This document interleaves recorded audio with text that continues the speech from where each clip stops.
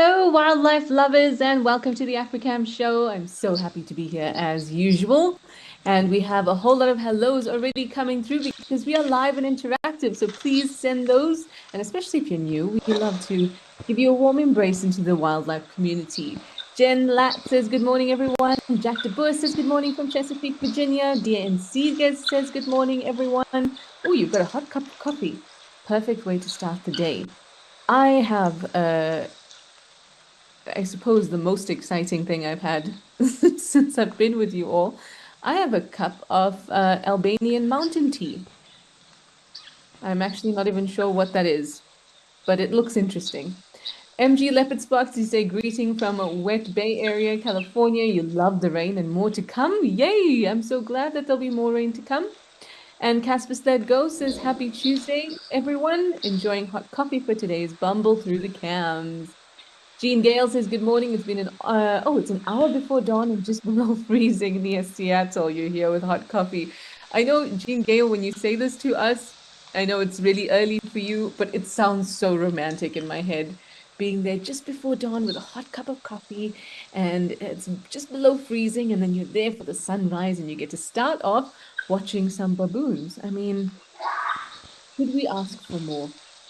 Zygote, you say namaste. Namaste to you too, Zygote. Thank you so much for joining us. Oh, look at this little baboon.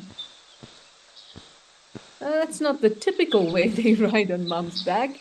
Usually they'll sit right up against their tail, and it always boggles my mind how they're able to balance on the backs of their mom so well, resting against that tail.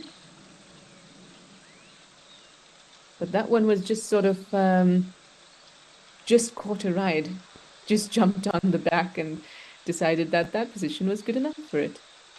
Mr. HUAE87, you say, hi Trish, today was a daycare and coffee. Oh, very nice. Oh, and Ramadan will start there for you tomorrow. Well, I hope that you have an easy fast and a wonderful celebration at the end of it.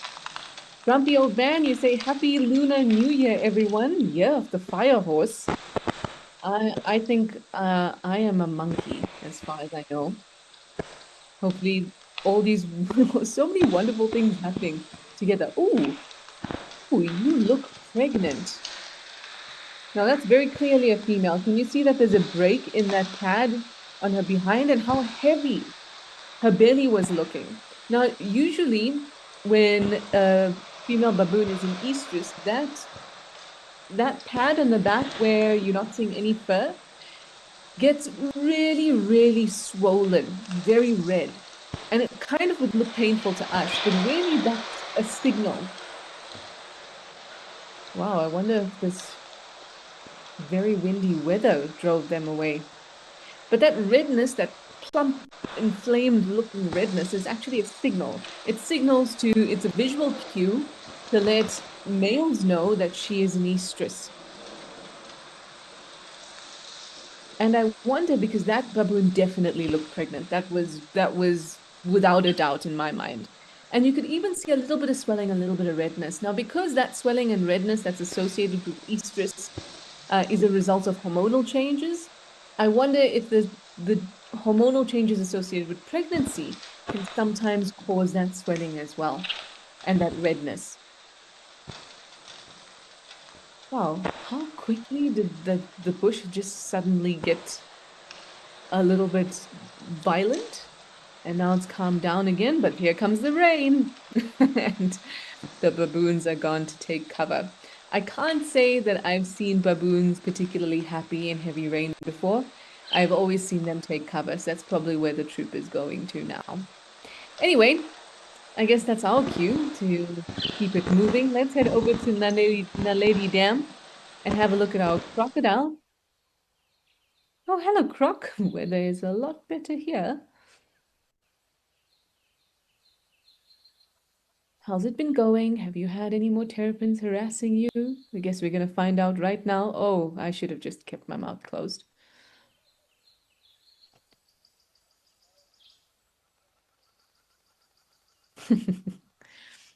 You know, the thing is that these terrapins are going to find out very soon that this is not the type of crocodile or not the type of species to be playing with.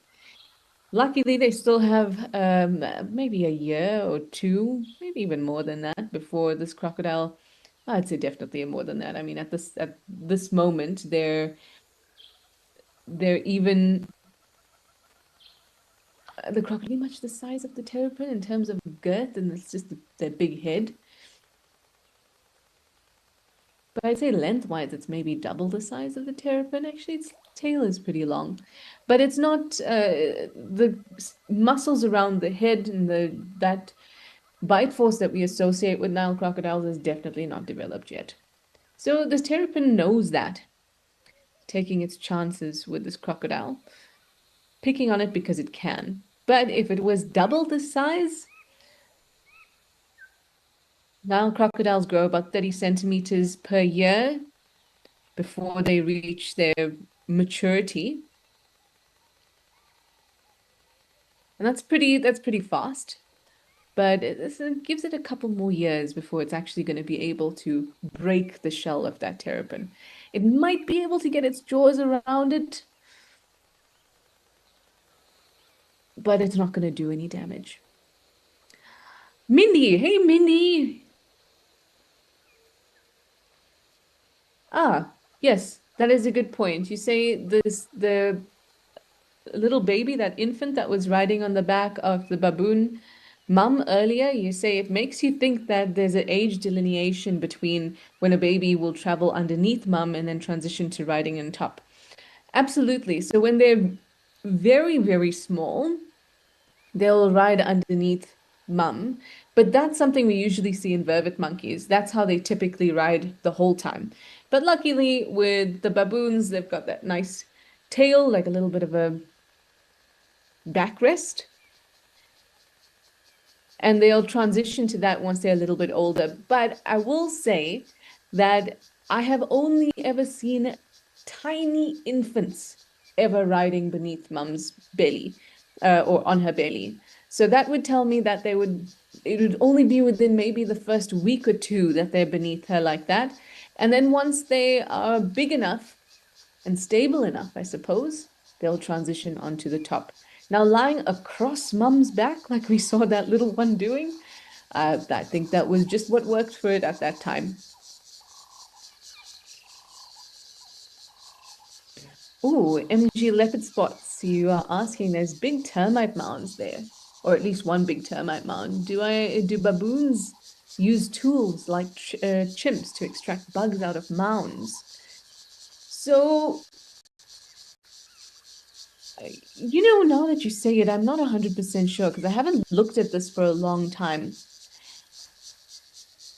But tool use in general has to be manipulating, going straight at you, manipulating something externally with something external. So that's different from manipulating something with like a bird's beak, for example.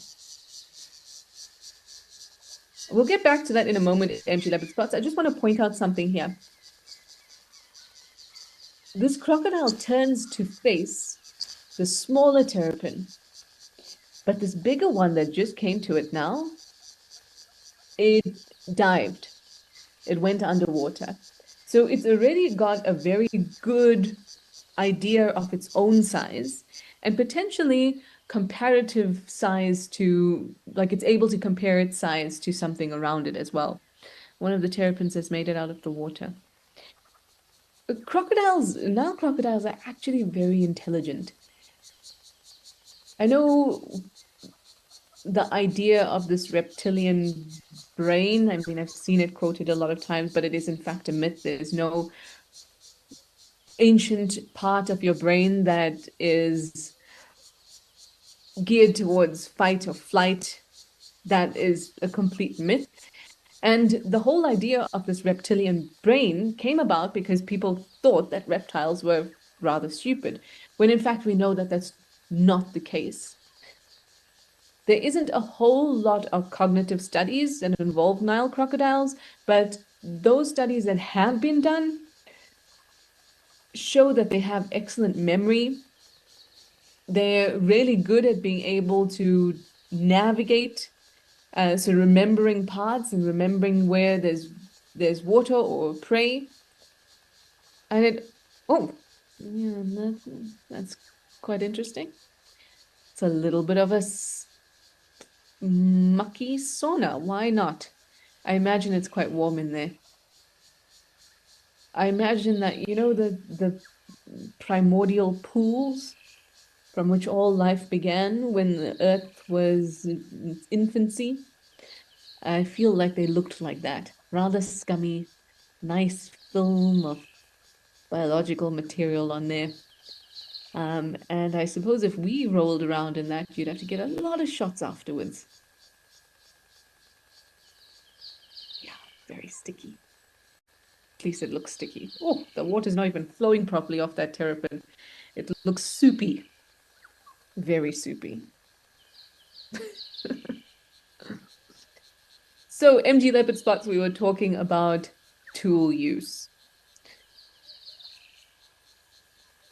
I don't think I've come across, and I could be wrong because I need to check this again, but I can't remember coming across any explicit use of tools with baboons. I know I've come across it with chimps, like you said, MG leopard spots, orangutans. But with orangutans, yeah, it was with orangutans. Gorillas, potentially, but I can't remember coming across it specifically, but it would make sense that they do. But can anyone else think of if they've come across baboons using tools? I'm trying to think if I've ever seen that as opposed to coming across it in literature. And I don't think I have. Look at this terrapin. Are you going from one little spa hole to another?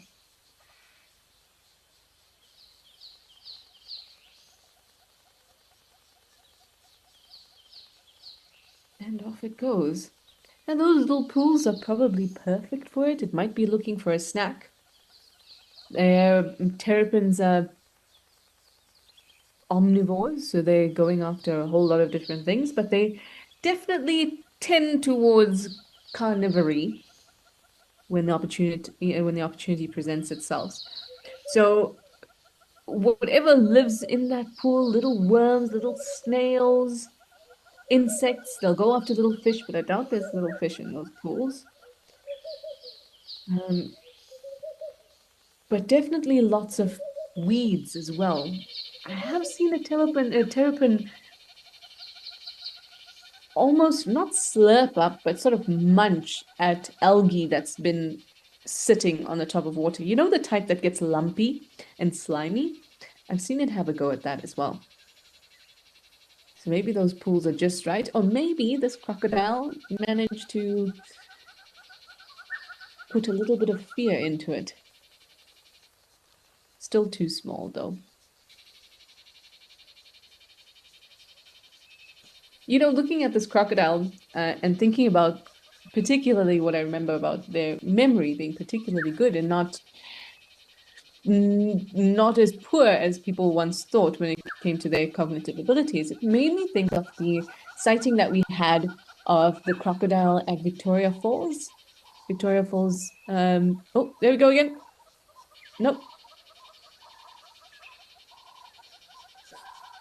Gosh, they really are having a go at it.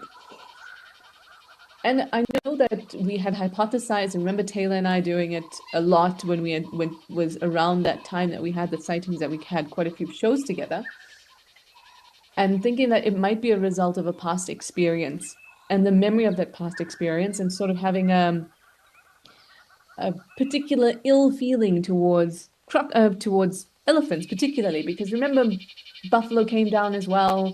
There were lots of birds in the area, but the crocodile did not react to them. And that for me is a little bit of evidence. Obviously, it's not rigorously tested, but in my soul, it kind of feels like a little bit of evidence that they can recall things, assuming that it is a result of a past experience. Karu, you say this croc was seen chewing twigs earlier at Naledi Dam, which is where we are right now. Why would it do that? Um, I can think of two reasons. Actually, three reasons. So the first one would be simply curiosity. It's still very small. It needs to figure out how to sort of its limits with its jaws. What can it do now? What can't it do yet? Can it break this twig? So explorative and just curious or curiosity-driven behavior. The other thing is that it could be hungry. Maybe there aren't enough fish in this dam. Maybe there aren't enough small invertebrates and things like that that it would go after at this size. And so it thought it saw some food and went at it. In fact, doesn't even have to be that there were limited resources. If they are at this dam, could be that it thought that that was a resource. The other thing is, crocodiles go through a lot of teeth.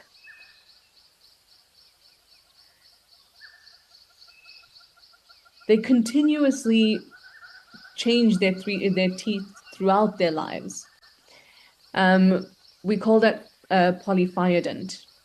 So they're constantly changing those teeth. Now, I wouldn't be able to say at exactly which age they start to lose their first teeth, or when, because when they're very small, their jaw is growing also. As their jaw is growing, more teeth are filling that space. So basically what I'm getting at is maybe it was teething, and maybe the chewing of that twig helped it.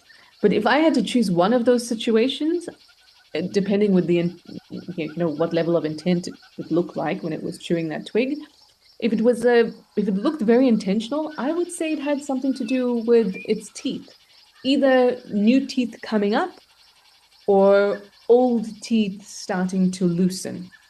But because they go through so many sets, I mean, I came across one paper that cited 600 and something different sets of teeth in their lifetime.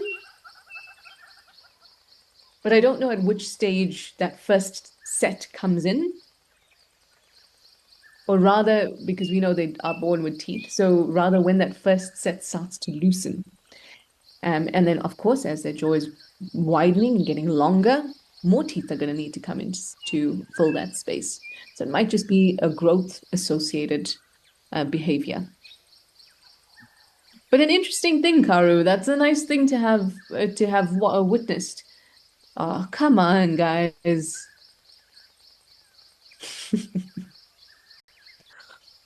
Minnie, thank you so much. You say there was a story online recently that a cow routinely uses a broom handle to scratch its back, and you thought that was weird. But here's the question when we're thinking about tool use here. Here's the question. Is it using the broom to do something?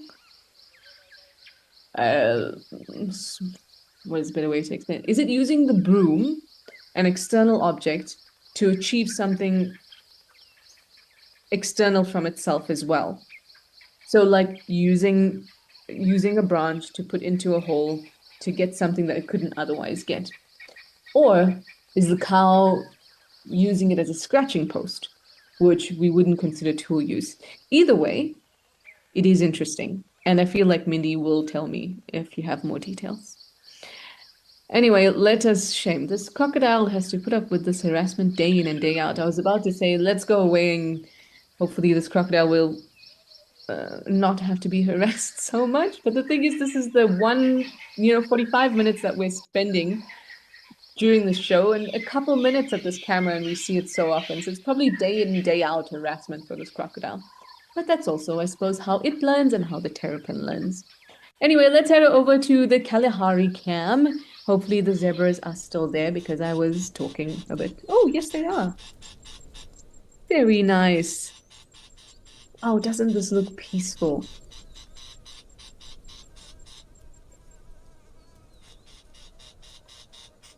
Oh, that's lovely. Almost everyone has their heads down. not feeling threatened at all, which is probably my favorite way to observe animals, particularly herbivores, when you just see them with all their heads down, moving slowly, flicking their tails, all just typical behavior that tells me that they're relaxed. You can also see that there's egrets walking with them. As the zebras move, and a few birds that will do this, they'll follow different animals, like you see it with drongos that are almost always around elephants, because as they move through, they flush the area, flush the grass of the insects. Insects, small ones, big ones, they start to move as these herbivores come through. And if you're a clever bird, you can take advantage of that.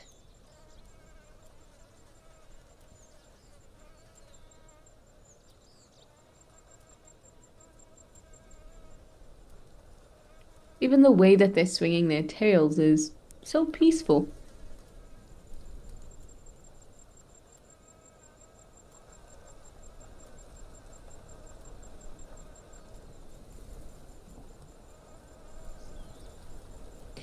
These two on the left are...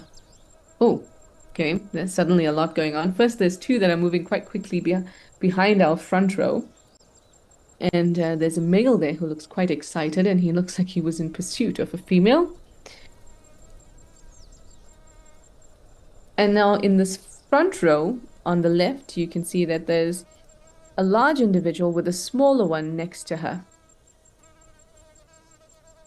I feel like that might be her calf. Or foal, I should say, rather. It's standing very close to that female.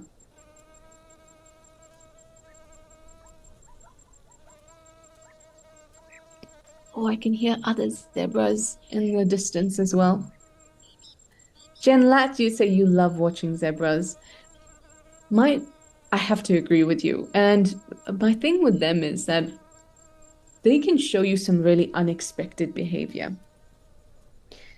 They have the potential to be very aggressive. And I am impressed now that I think about it, to recall another herbivore that fights as fiercely when it's being pursued by a predator, particularly once it's been sort of grabbed, once the predator's gotten hold of it.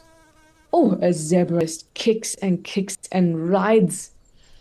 Because also look at that thick neck, right? So a zebra is not generally prey for a leopard. It's a bit large. And leopards go for the neck as a kill bite. But if you look at the thickness of that neck, that's no easy feat.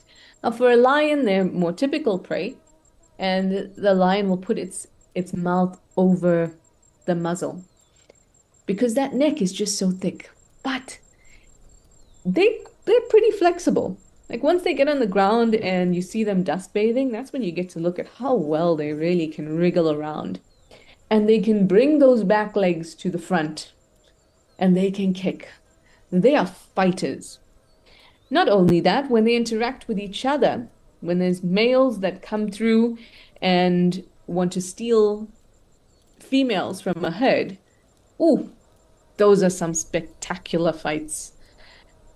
Really brutal, more brutal than you might imagine. I remember seeing what was kind of the end of a fight.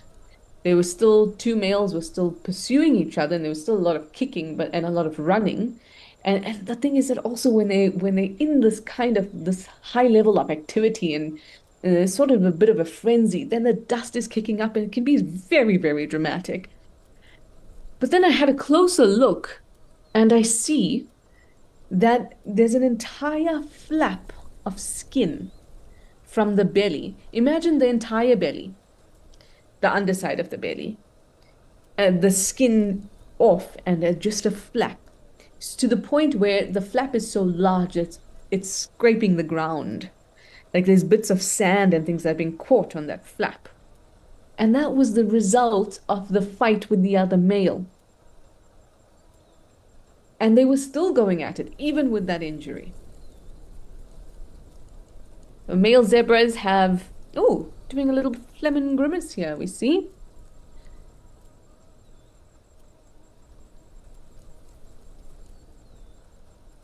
I just wanted to see if it does it again. So I'm looking on the left-hand side of the screen.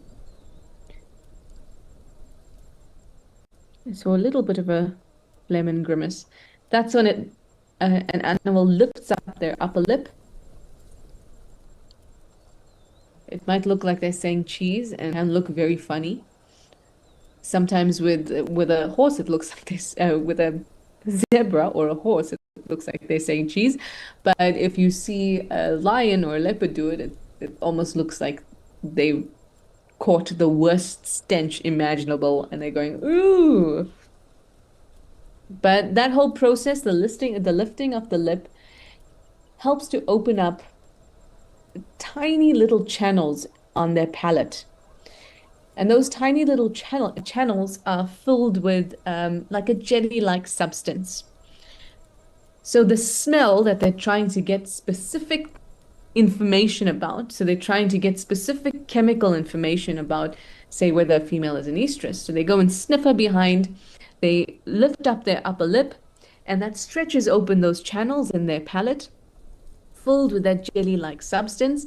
That odor goes up into those channels and gets amplified by this jelly-like substance and then moves into a special organ called the vomeronasal organ where it can interpret that smell.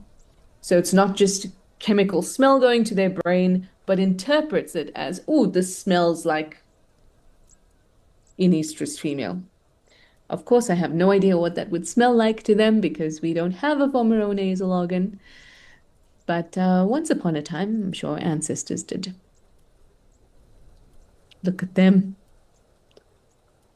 So cute. So peaceful. But I suppose, like with everything, every animal, once there's too many of you in one place, don't very peaceful for very long. Always some trouble, whether it's because of resources or other sorts of competition, or maybe just getting on each other's nerves. Never know. Anyway, let's head back over to Wange and see, or to Wange, that is. I don't think we were there yet. And let's have a look at some more baboons. See if we can pick out any tool use. Oh, well, look at this. They're on a mound. Is it a termite mound? And there's a tree branch across the top, I think. This is typical family day. Everyone is just, again, relaxed, chilling out, a really important time for the troop. Well, the thing about having a very developed social system, and this goes for us, it goes for baboons, it goes for hyenas. Well, let's think about us for a moment. If you live your life with very little,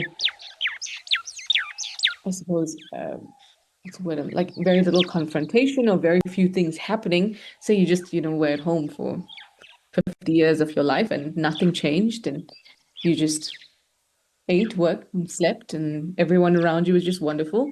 You don't really get to learn much about yourself or about the people around you. We learn those things by pressures being put upon us, changes in our environment, changes within our social group. That's how we learn. And so moments like this, where the whole troop is not particularly thinking about threats, about food, it looks like everyone's just maybe grooming a little bit and just playing. This opens up another part of social learning. So where normally they might learn about each other's limits and learn about how others in the troop react to, say, a predator, or if there's limited resources. Those are very, very urgent survival associated learnings. But here they get to learn something else. Here they get to learn about who's going to come and groom me if I can't reach this place. Which one of the infants are playing with each other well and which ones are fighting? They get to learn all these things. So it's quite a wholesome situation, I think. But it's not them doing nothing. Everyone is still learning. And I bet you that the alpha is still extremely stressed. And any potential competitors for that alpha position are not letting their guard down either. I remember reading a study a while back that spoke about stress levels in dominant positions in animals. And specifically, it was looking at, I think it specifically was looking at baboons. But they were measuring stress as in oxidative stress, so a biological stress, not necessarily emotional stress, although those things can be linked, but not always. So stress in the body can be, biological stress can be linked to physical things like, are you getting enough sleep? Are you eating enough? Are you drinking enough? Those are biological stresses or things that can cause biological stress or oxidative stress. It also depends on what you're eating in our situation, human situation. What are we eating and how is that affecting our body physically? Now, when you're emotionally stressed, hormones change and that can also induce biological stress. So anyway, this paper had found that alpha males in baboon troops have the highest oxidative stress levels to anyone in the troop. To me, that was a little unexpected. I almost thought that the alpha would have the least stress because of his position. But when I thought about it more, I thought, oh, okay, it does make sense because he's got to constantly defend that position. There is no, because it's so openly competitive, there is no moment to rest. There are always competitors that are stressing you out.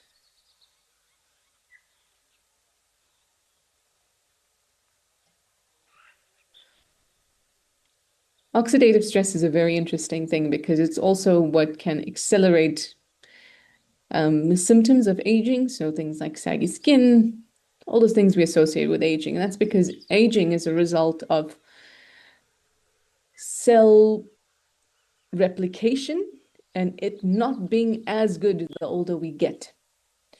So our cells are constantly replicating, and over time, that replication process is just not as efficient anymore.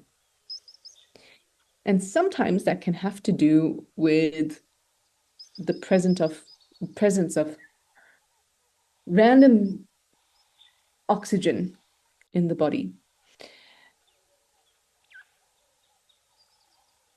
We call those reactive oxygen species because oxygen is generally very, very reactive.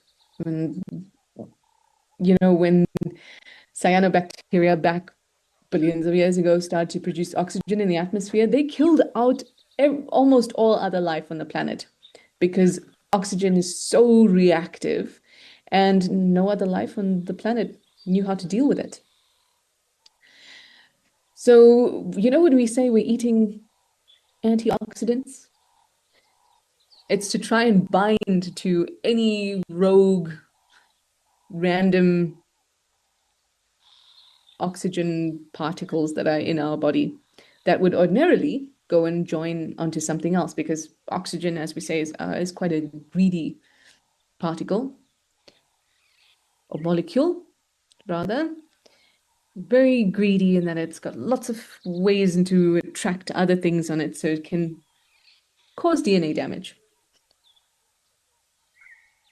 So by eating all your antioxidants, you are allowing those antioxidants to bind onto those reactive oxygen species, so it doesn't bind onto something else like your DNA, and then cause oxidative stress.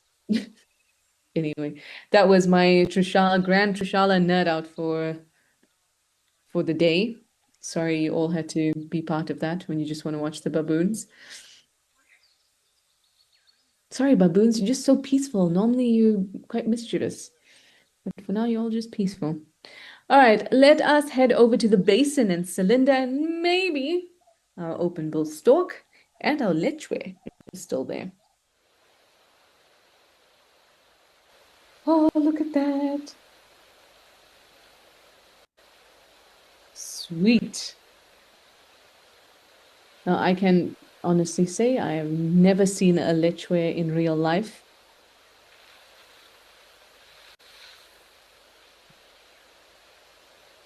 And here in South Africa, we won't see them.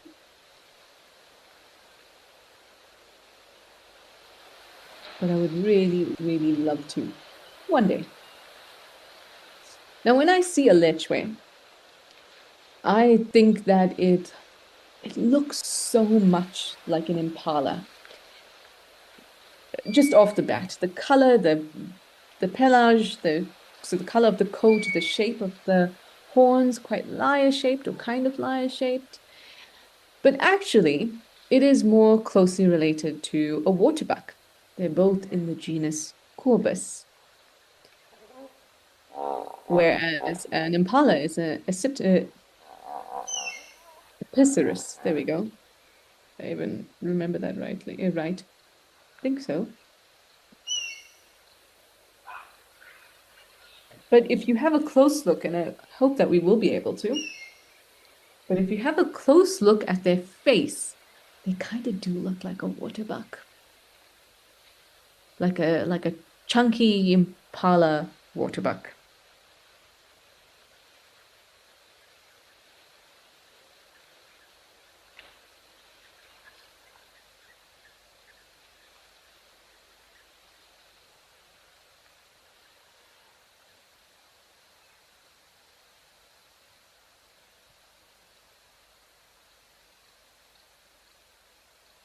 Everyone's looking so peaceful today. I don't know why I'm surprised. Maybe it's because normally we spend a lot of time at Old Donyo and it seems like everyone's losing their minds there.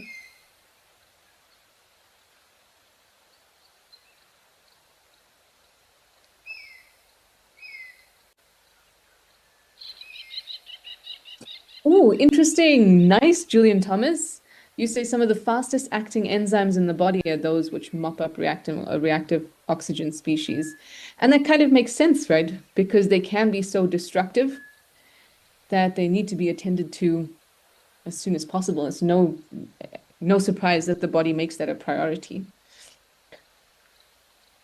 Also, I'm really happy you said that because it makes me feel like I'm not the only one who finds that stuff interesting when we're looking at wildlife. I love thinking about things because when we look at wildlife, what we see is the end result of millions and millions of years of careful refinement, almost like a history of changes on the planet, different adaptations to suit different things, different changes in the environment. It's sort of like every single species on the planet is this little capsule, and it can be from mitochondria and endosymbiosis to how quickly enzymes react to ROS or reactive oxygen species, to the color of their coat and the size of their ears and the shape of their horns and the size of their beak and shape of their beak, all those things. It's like a time capsule of that entire lineage. It makes me excited. That's why I like to know the nitty-gritty of it too.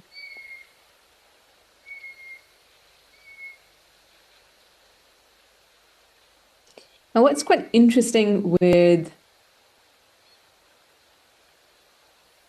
I suppose with ungulates, so maybe I should say even-toed ungulates, so Artiodactyla, is that they're put into these tribes, and tribes aren't particularly phylogenetically helpful, I suppose.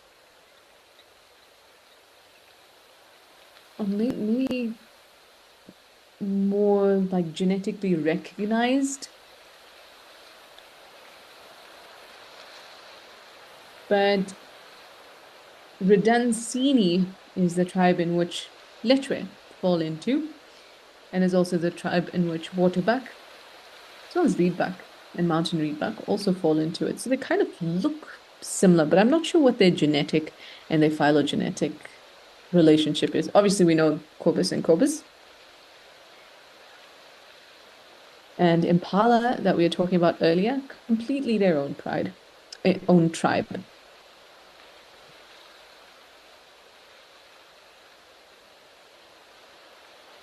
Epioceratini.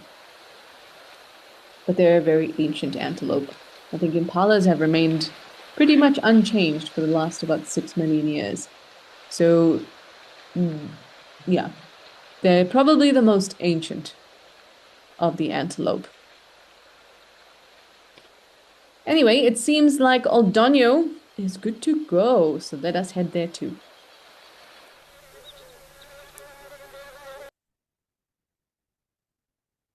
Hello, hello. I thought there was an elephant here. And it seems like we might have to switch back to one of the other cameras soon. There we go. Oh no, Old Donio, it's probably because you've been getting all the attention the last couple weeks.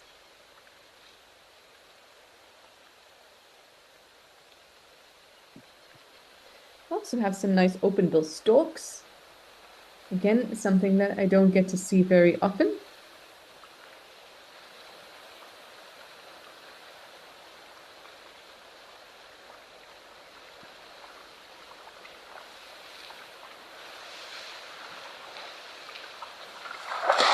Storks really are unmistakable. The shape of their bodies and of course that bill.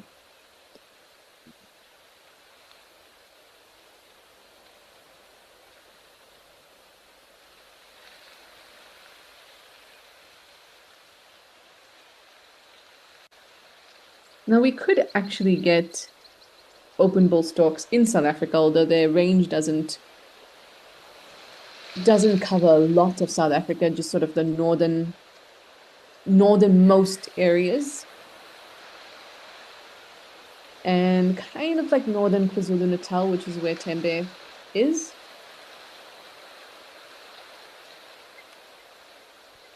But I can say I still haven't seen one.